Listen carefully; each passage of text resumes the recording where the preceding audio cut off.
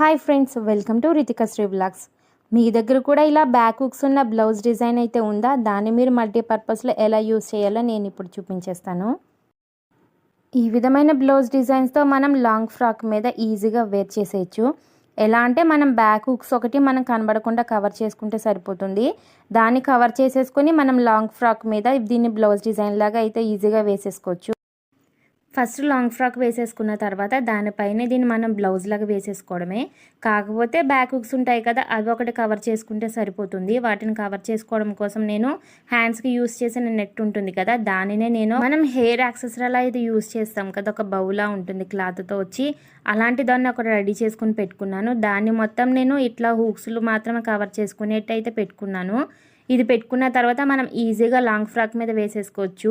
ఇది అసలు బ్లౌజ్లానే అనిపించదు, వేసుకున్న తర్వాత ఎవరికి డౌట్ కూడా రాదన్నమాట. అంత ఈజీగా కవర్ అయిపోతుంది. కాకపోతే సేమ్ కలర్ తీసుకోవాలి. కావాలనుకుంటే ఇదే డిజైన్ని మనం ఇలాగే ఉంచేసుకుని శారీ మీద కూడా వేసేసుకోవచ్చు బ్లౌజ్ లాగా. అవసరం లేదు అని అనుకున్న వాళ్ళు మాత్రం శారీ మీద వేసుకున్నప్పుడు ఇది తీసేసి నార్మల్గా బ్యాక్ హుక్స్లో కనిపించేట్టు అయితే వేసుకోవచ్చు. లేదు ఇది మోడల్గా ఉంది బాగుంది అని అనుకున్న వాళ్ళు మాత్రం ఈ విధంగానే యూస్ చేసేసుకోవచ్చు. చూసారా, ఒక బ్లౌజ్ డిజైన్తో మనం మల్టీపర్పస్లో ఏ విధంగా యూస్ చేసుకోవచ్చు, చాలా ఈజీగా తెలిసిపోయింది కదా. ఈ వీడియో మీకు నచ్చినట్లయితే please like, share and subscribe please.